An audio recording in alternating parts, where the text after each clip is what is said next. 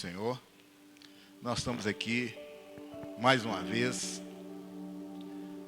com uma nobre missão e também nós entendemos que é algo desejoso aos nossos corações, porque o tema é família no altar. Família no altar. Então, quando eu recebi o tema, eu já comecei a imaginar que isso é um desejo do nosso coração. Mas muita família, de repente, que está aqui,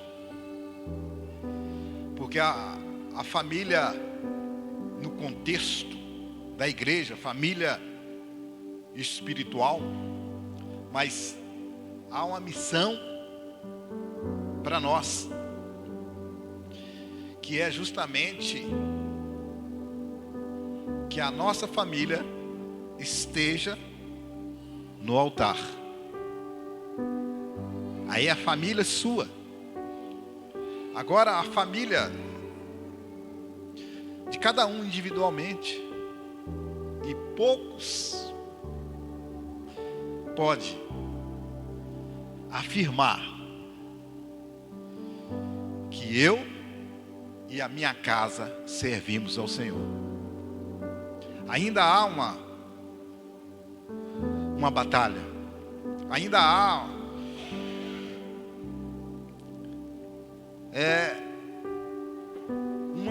uma caminhada, porque essa é a missão. O Senhor diz que todas as famílias seriam benditas, abençoadas. E nós sabemos que há uma luta muito grande, mas é o desejo do Senhor e é o desejo do nosso coração poder estarmos todos servindo ao Senhor. E se você enquadra nessa situação que ainda tem membros da sua família que ainda não se renderam aos pés do Senhor, Deus tem uma palavra para o seu coração nessa noite.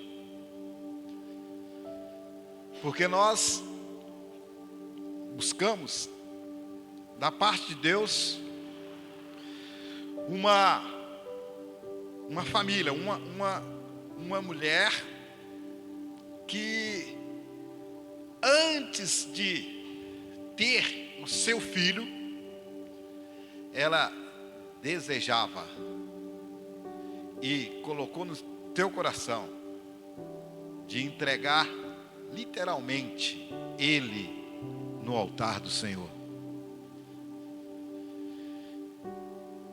Então, nós devemos observar e pegar os exemplos que Ana nos dá aqui, porque era o desejo dela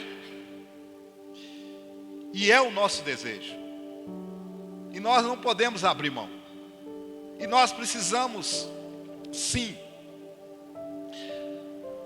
buscar, trabalhar, investir nessa batalha, para que o Senhor possa nos conceder essa bênção. Que coisa maravilhosa. Como Josué disse: eu e a minha casa serviremos ao Senhor. Irmãos, a igreja nos dá essa oportunidade de estar com as portas abertas. E é muito triste quando nós olhamos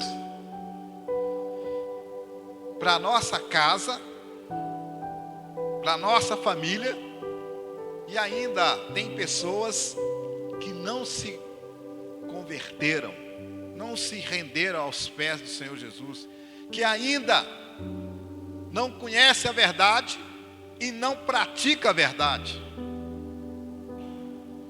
Mas o Senhor te levantou com este propósito. É por isso que ainda estamos aqui. Porque Deus, a vontade dele é que todos se salvem. Todos se salvem. Então a palavra do Senhor, em 1 Samuel, vai nos dar aí uma direção, o que fazer, para que nós possamos ser agraciado, abençoado por Deus e podermos nos alegrarmos, a nossa família, no altar do Senhor. 1 Samuel, veja que Samuel já era um plano de Deus. Por quê? Justamente porque Israel vivia um momento muito difícil. Porque o povo de Israel estava com uma liderança fraca. Uma liderança que estava se corrompendo. Eli e os seus filhos. E aí Deus já tinha um propósito, já na vida de Samuel, que se tornou o líder espiritual do povo de Israel. E aí, irmãos, Deus tem um propósito nos seus. E nós não podemos abrir mão disso. Assim diz a palavra do Senhor. Versículo 9 em diante. 1 Samuel, verso 9.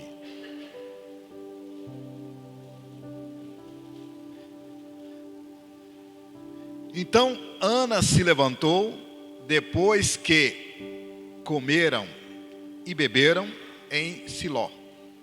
E ali o sacerdote estava sentado numa cadeira, junto a um pilar do templo do Senhor. Ela, pois, com amargura de alma, orou ao Senhor e chorou abundantemente. E voltou um voto, dizendo: Senhor dos exércitos, se benignamente atenderes para a aflição da tua serva, e de mim te lembrares, e da tua serva te não esqueceres, mas a tua serva teres um filho, varão, ao Senhor o darei por todos os dias da sua vida, e sobre a sua cabeça não passará navalha. E sucedeu que, perseverando ela em oração perante o Senhor, Eli fez atenção à sua boca, porquanto Ana no seu coração falava, e só se moviam os seus lábios, porém não se ouvia a sua voz, pelo que Eli a teve por embriagada. E disse-lhe Eli: até quando estarás tu embriagada? Aparta de ti o teu vinho. Porém, Ana respondeu e disse: não, Senhor meu, eu sou uma mulher atribulada de espírito, nem vinho, nem bebida forte tenho bebido, porém tenho derramado a minha alma perante o Senhor. Não tenha, pois, a tua serva por filha de Belial, porque da multidão dos meus cuidados e do meu desgosto tenho falado até agora. Então respondeu Eli e disse: vai em paz, e o Deus de Israel te conceda a tua petição que lhe pediste. E disse ela: achei a tua serva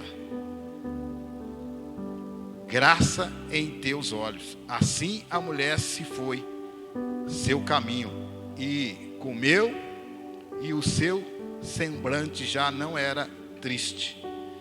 E levantaram-se de madrugada e adoraram perante o Senhor, e voltaram e vieram à sua casa, a Ramã. Alcana conheceu Ana, sua mulher, e o Senhor se lembrou dela. Louvado seja o nome do Senhor. Maravilha, glória a Deus. Como nós já falamos, havia um desejo no coração de Ana de ser mãe. E ela, sendo mãe, ali a sua família estava completa. E ela desejava tanto, e ela tinha um propósito de devolver ao Senhor o seu filho e colocando ele no altar. É do Senhor.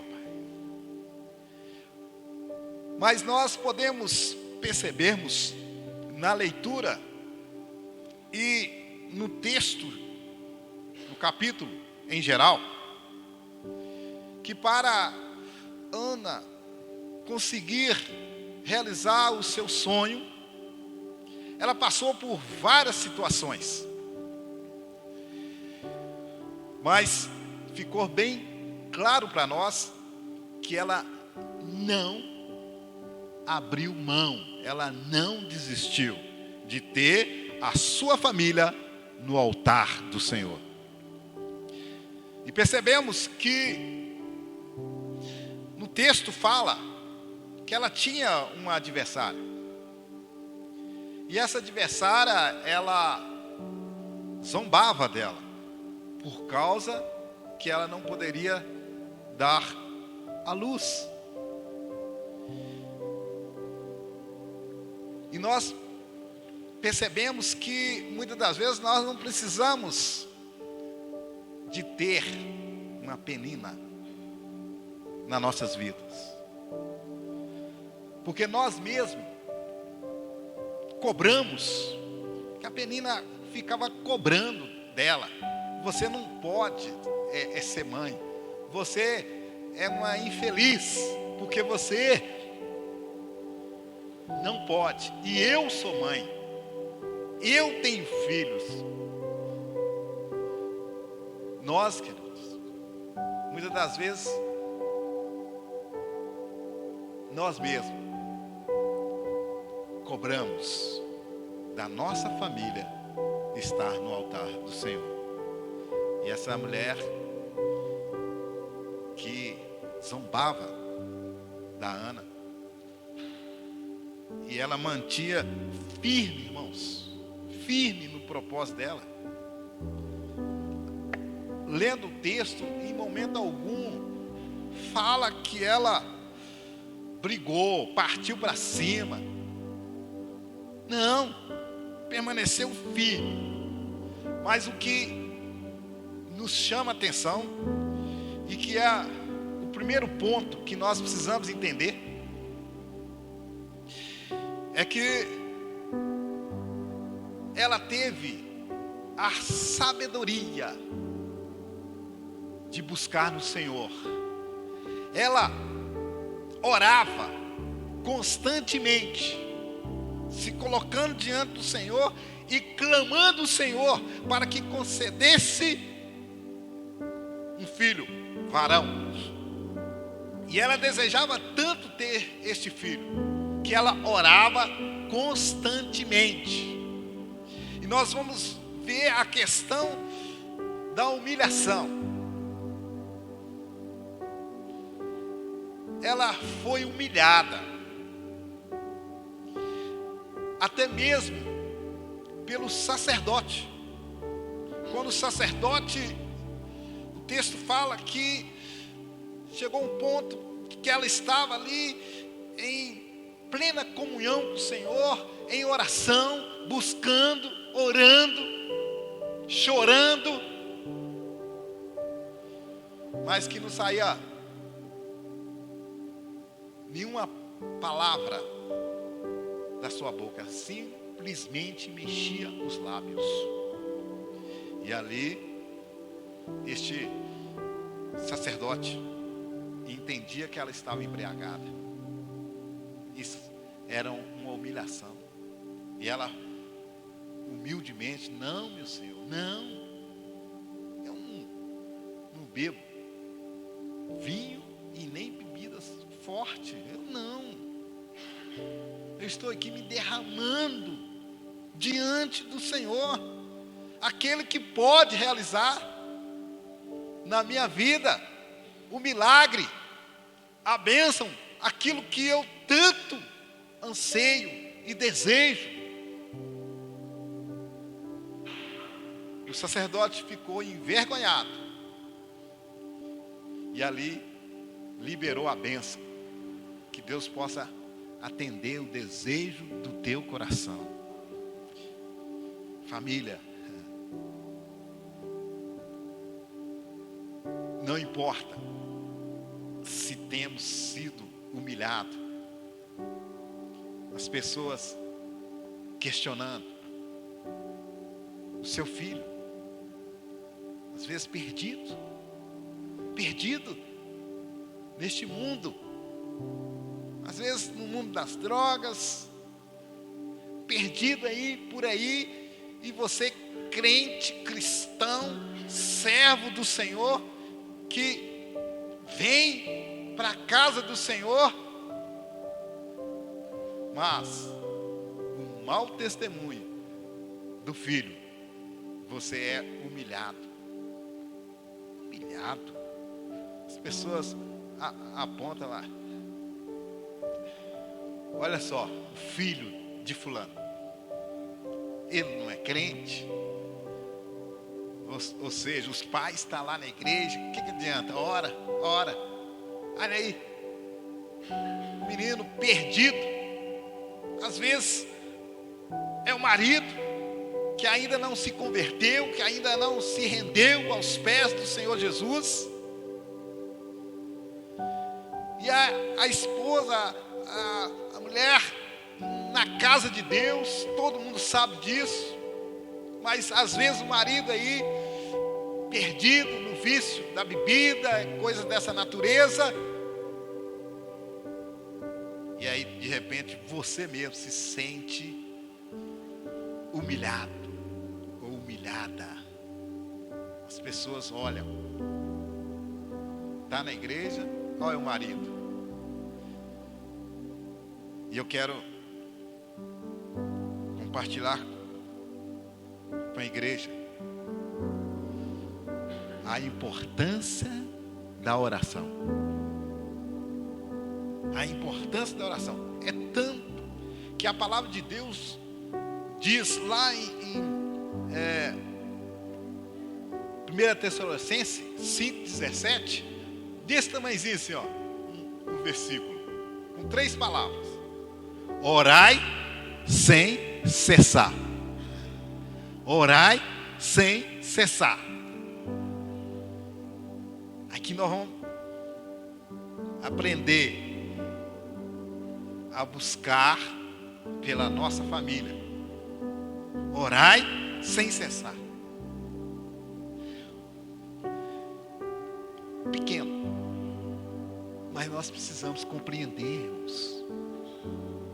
E eu entendi, lendo o texto, que Ana entendeu isso. E orar sem cessar, nós precisamos compreender que quando a Bíblia nos incentiva, que é uma ordem, orai-vos sem cessar, é um convite para a santidade. Porque orar sem cessar, na verdade, isso não significa permanecer na presença do Pai pedindo continuamente sua graça e bênção, ou seja, o seu milagre, sem cessar. Não significa estar constantemente repetindo oração formais. Ou seja, é impossível ficarmos 24 horas repetindo palavras, orando. É impossível. Mas, pastor, a Bíblia diz: orai sem cessar. Como que nós podemos compreender? E vendo o texto de 1 Samuel, onde relata a situação da Ana, nós percebemos que orar sem cessar é uma vida de testemunho. Orar sem cessar é uma vida de comunhão. Orar sem cessar é uma vida de santidade. Quando nós entendermos isso, e nós, com o nosso testemunho, é como nós estivéssemos orando, irmãos. Porque quando nós falamos com Deus, Ele vai atender o desejo do nosso coração. Porque Deus tem compromisso com aqueles que têm compromisso com Ele. E como, se nós não testemunharmos, se nós não andarmos na presença do Senhor, se nós não buscarmos a santidade, como o pastor mencionou aqui, sem a qual ninguém verás a Deus.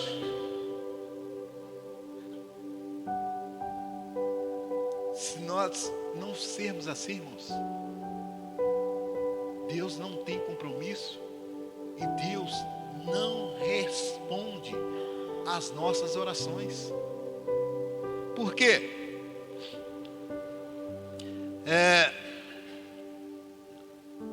Pelo contrário, implica em orações de todos os tipos que vêm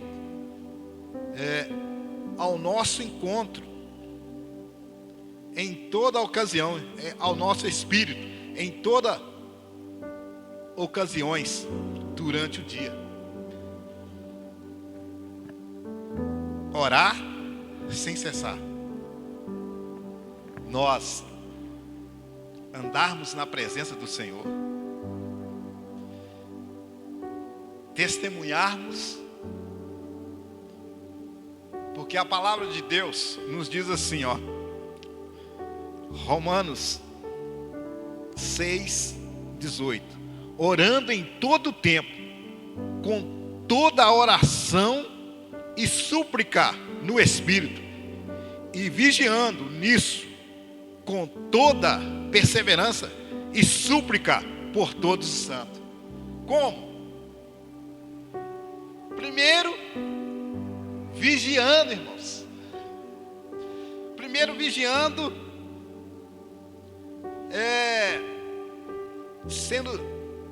vigiando nisso com toda perseverança Entenda como nós precisamos vigiar. Por isso está escrito: vigiai e orai. Ou seja, primeiro nós precisamos vigiar, nós precisamos testemunhar, nós precisamos ter uma vida que agrada o Senhor, para que Ele possa agradar, ou responder, ou atender o desejo do nosso coração. É o que Ana fez. Ana tinha uma vida reta diante do Senhor. Esse desejo estava no coração dela há muito tempo que ela era zombada, humilhada, mas ela testemunhava que era serva do Deus Altíssimo. Testemunho, vida no altar, ó o compromisso. Aí sim, quando abrirmos a nossa boca, o nosso lábio, Deus tem prazer em atender. Na hora dele, no tempo dele, mas Deus responde a oração dos seus, porque a palavra diz: coração do justo tem muito, né? É muito no efeito. Deus responde, irmãos. Então,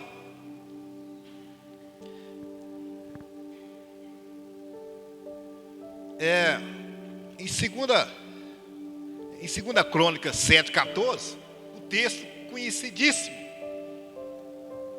que testifica isso. Olha o compromisso de Deus para com aqueles que se converte, para com aqueles que testemunha, aqueles que fogem do pecado, porque o versículo nos fala assim: se o meu povo, que se chama pelo meu nome, se humilhar, orar e buscar a minha face e converter dos seus maus caminhos, então eu ouvirei do céu e perdoarei o seu pecado, sararei a sua terra. Esse é o Deus que nós servimos. Então, o exemplo de Ana é ter uma vida de oração. Orai-vos sem cessar, o tempo todo. O tempo todo. Orai-vos sem cessar. Em 1 Coríntios 2,14, a palavra de Deus nos fala assim: e a graça a Deus que sempre nos faz triunfar em Cristo, e por meio de nós manifesta em todo lugar o cheiro do seu conhecimento. O cristão tem de exalar o bom perfume de Cristo. O bom perfume de Cristo. Isso significa o quê? Uma vida no altar, para que a família possa vir para o altar. Se esse é o desejo do teu coração, precisamos estarmos atentos, vigilantes, para que nós não sejamos rejeitados pelo Senhor. Jesus Cristo, o maior exemplo que nós temos. Portanto, depois de Cristo, o apóstolo Paulo mesmo menciona: sejai-vos meu imitador, como eu sou de Cristo. Vida de oração. Orai sem cessar. Jesus Cristo,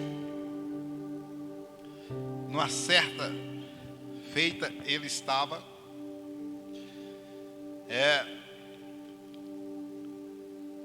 diante de uma situação a qual um certo pai que tinha levado seu filho até aos discípulos, porque o seu filho estava endemoniado, e Jesus, recebendo este homem e os discípulos, este homem estava decepcionado, e ele chega até Cristo e apresenta a situação e diz que os discípulos não pôde expulsar aquele demônio. E Jesus olha para os seus discípulos e diz: homens de pequena fé, até quando? Até quando estarei convosco? E respondeu para o pai do menino, porque o pai do menino falou: tu podes expulsar ou libertar o meu filho? Jesus olha para ele e diz: tu podes crer? E no resumo, Jesus expulsa aquele demônio, liberta o filho daquele homem, mas depois os discípulos vêm até Jesus e perguntam para ele: por que nós não conseguimos expulsar aquele demônio, aquele espírito maligno? Qual foi a resposta de Jesus? A casca de demônio que só é expulso através de jejum e oração. Jejum, irmãos, entendemos que o jejum é uma consagração. Devemos estar consagrados, uma vida reta diante do Senhor, para que quando orarmos, o inferno seja abalado e Deus nos dê a vitória. Vamos saber quando que vamos deparar? Será que seremos envergonhados?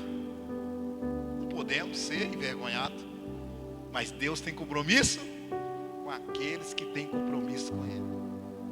Então continua orando pela sua casa, continua orando pela sua família, não abre mão, busca o Senhor, ore sem cessar, testemunhando, porque através do seu testemunho, Deus vai fazer a obra na sua casa. Na sua casa. Orar sem cessar é um chamado à santidade. Orar sem cessar é um chamado à santidade. Efésios 1:4. Aqui medimos o valor da santidade, sem a qual ninguém verás a Deus. Santidade é uma ponte de intimidade com Deus. Ou seja, o valor da santidade. Se a santidade é uma ponte, então nós precisamos vigiar e cada dia na nossa vida buscarmos a santidade. Porque assim Deus estará conosco. Porque a Bíblia diz que Ele não habita em templo sujo. Então o compromisso é esse.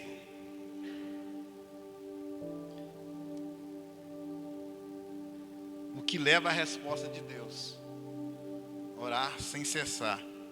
E a Ana A Ana fez. É um exemplo para nós. E na leitura do texto, nós observamos que ela fez este voto com o Senhor, e o Senhor o abençoou, lhe dando o filho. E ela vai e apresenta o seu filho no altar. E aí, Ana, com certeza, ela pode dizer: eu e a minha casa servimos ao Senhor. Porque Samuel fez a transição. Ele passou a ser o líder espiritual. Olha, se Deus não tinha um propósito. Ele passou a ser o líder espiritual.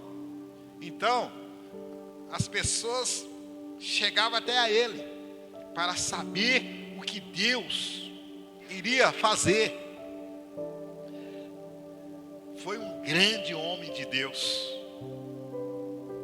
Olha aí o privilégio e a honra desta mulher.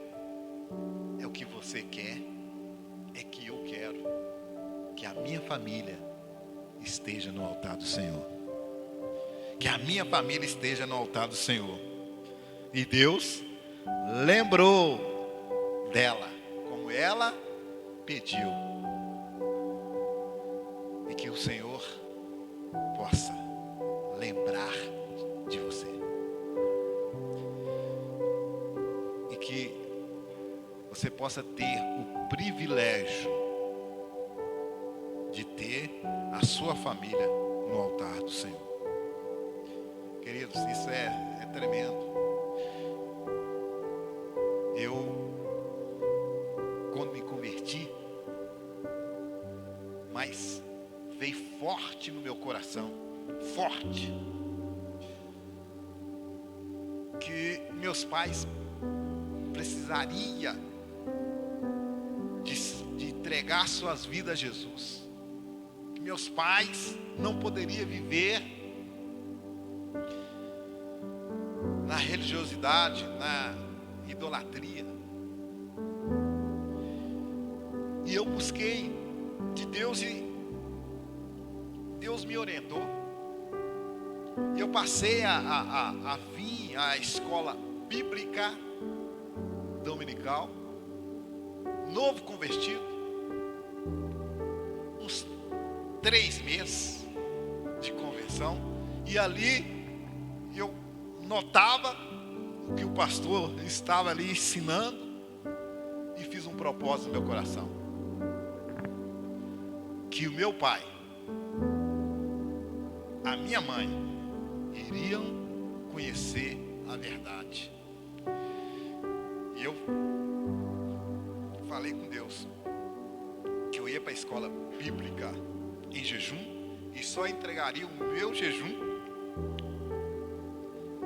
depois que eu abrisse a Bíblia e fizesse uma leitura com os meus pais. Eu talvez até já contei isso aqui. Assim eu fiz. Quando eu cheguei na minha casa, aliás, deixar minha esposa ir para minha casa, e nós morávamos num bairro diferente do meu pai, e eu descia, saía, em vez de depois do culto da escola bíblica, eu ia para casa, não, eu ia para casa do meu pai, e chegava lá com a Bíblia, aí já ficava assim, oriçado, né? E eu falava para ele: pai, eu posso ler a palavra de Deus aqui na casa do Senhor, com o Senhor? Pode, meu filho. Você acha que eu rejeito a palavra de Deus? Da onde, meu filho? Pode ler. Aí eu começava buscando ali aquilo que estava anotado. E meu pai, numa ocasião, revoltou, levantou e saiu andando. E eu falei: pai, se for para mim ler para mim mesmo, eu leio lá em casa, com a minha família, com a minha esposa, com as minhas filhas. Eu vim aqui para ler com o Senhor. Meu filho, mas você é muito engraçado aí. Até pouco tempo você estava com nós aqui. Agora, já que você passou para o outro lado, passou para o lado de lá, você quer vir aqui na minha casa e ler a palavra de Deus para mim? Eu quero te fazer uma pergunta. Eu falei, pai, pode perguntar, mas eu não darei resposta alguma de mim mesmo, mas a Bíblia responderá ao Senhor. E eu vou, tá bom. Meu pai era ministro. Tá bom, então. Me explica uma coisa. Como que pode? Você tem lá uns 3 meses que está do outro lado. Falava assim. E agora quer vir aqui na minha casa pregar a palavra. E o sacerdote, ele estuda 7 anos, depois mais 3 anos e meio. E aí, depois que ele tem essa autoridade para pregar a palavra, você, meu filho, que autoridade que você tem para pregar a palavra aqui na minha casa? Que autoridade você tem? Me responde. Ei, Jesus. Ai, aí, pai. Eu falei assim, tudo bem, pai. Vou responder. Mas primeiro eu quero falar com o senhor 3 coisas. Primeiro, não estou aqui para que o senhor vá para a minha igreja. Não estou aqui para que o senhor muda de religião. E ele falou para mim assim, então, você está aqui para quê então? Eu falei assim, estou aqui para que o senhor venha conhecer a verdade. E aí depois que o senhor conhecer a verdade, a decisão é do Senhor. Conhecereis a verdade, mãe. Então me responde. O Espírito de Deus falou no meu coração, irmão. Novo convertido. Que experiência que eu tinha realmente. Mas o Espírito de Deus me revelou naquela manhã. Eu lembrei da passagem da palavra do Senhor. E eu falei para o meu pai, o senhor conhece os discípulos? Eu sei que o senhor gosta de pescar. Pedro, conheço mesmo, eu conheço, eu sei. Eu já li e gostei, pescador. Pois é. Aqueles homens andaram com Jesus. Aqueles homens viram Jesus fazer milagres. Aqueles homens testemunharam tudo aquilo que Jesus fez. Então Jesus é um mestre.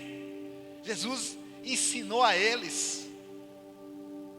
Mas quando Jesus morre, ressuscitou ao terceiro dia, Jesus falou para eles: ficai em Jerusalém até que do alto sejais revestido de poder. Ficai em Jerusalém.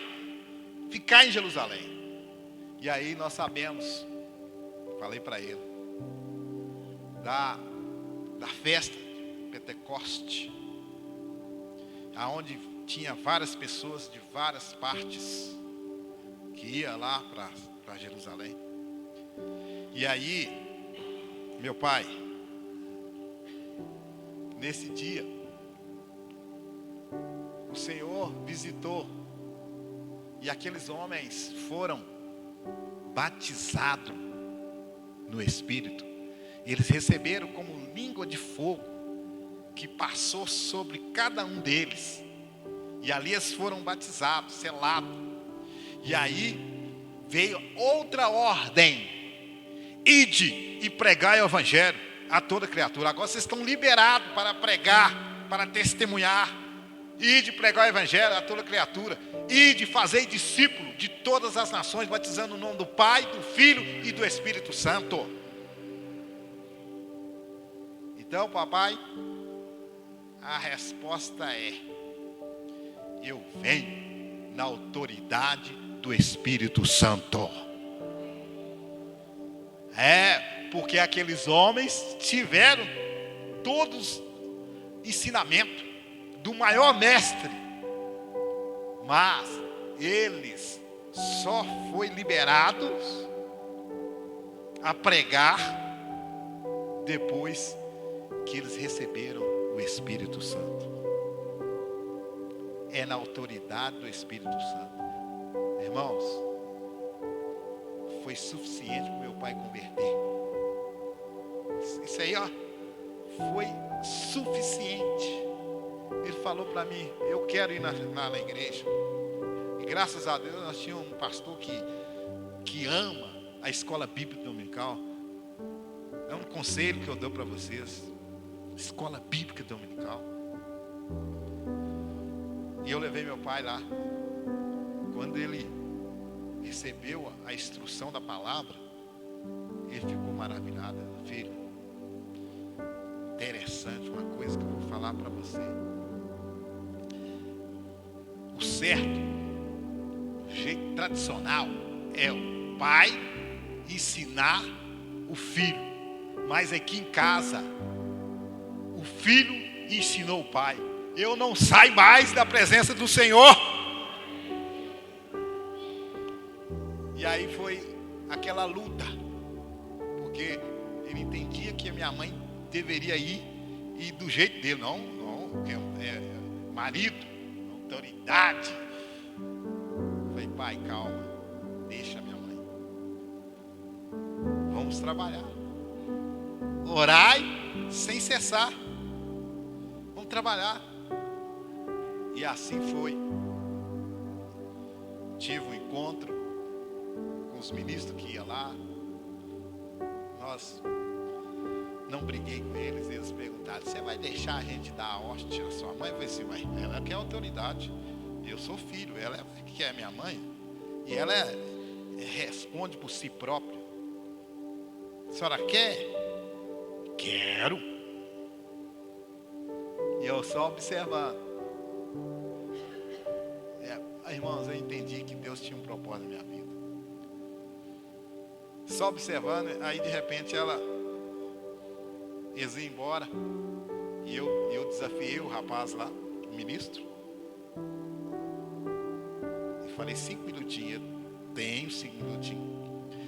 Resumindo, eu levei para ele 1 Coríntios capítulo 11.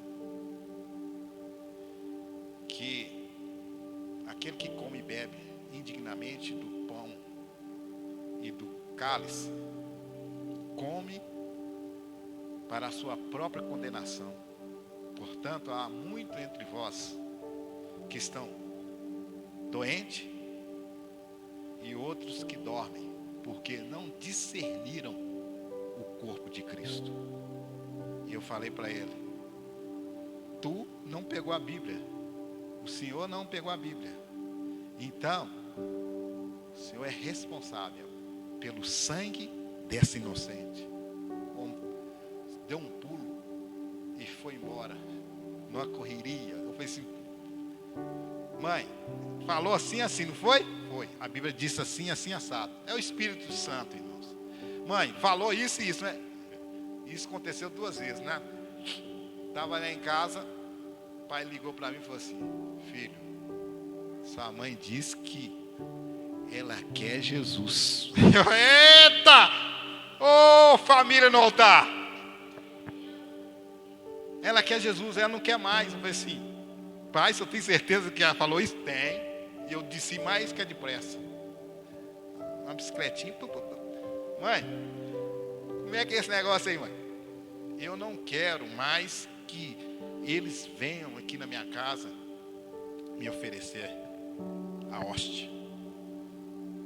porque eu quero é Jesus. Os dois morreram e foi para o Senhor. Família no altar, irmãos. Família no altar. Jejum e oração. Vida em santidade, para que Deus atenda o desejo do teu coração. Paga um preço pelo seu filho. Paga um preço para o seu marido. Paga um preço para a sua esposa. Paga um preço. Porque essa é a vontade de Deus. Louvado seja o nome do Senhor. Que Deus abençoe a igreja em nome de Jesus.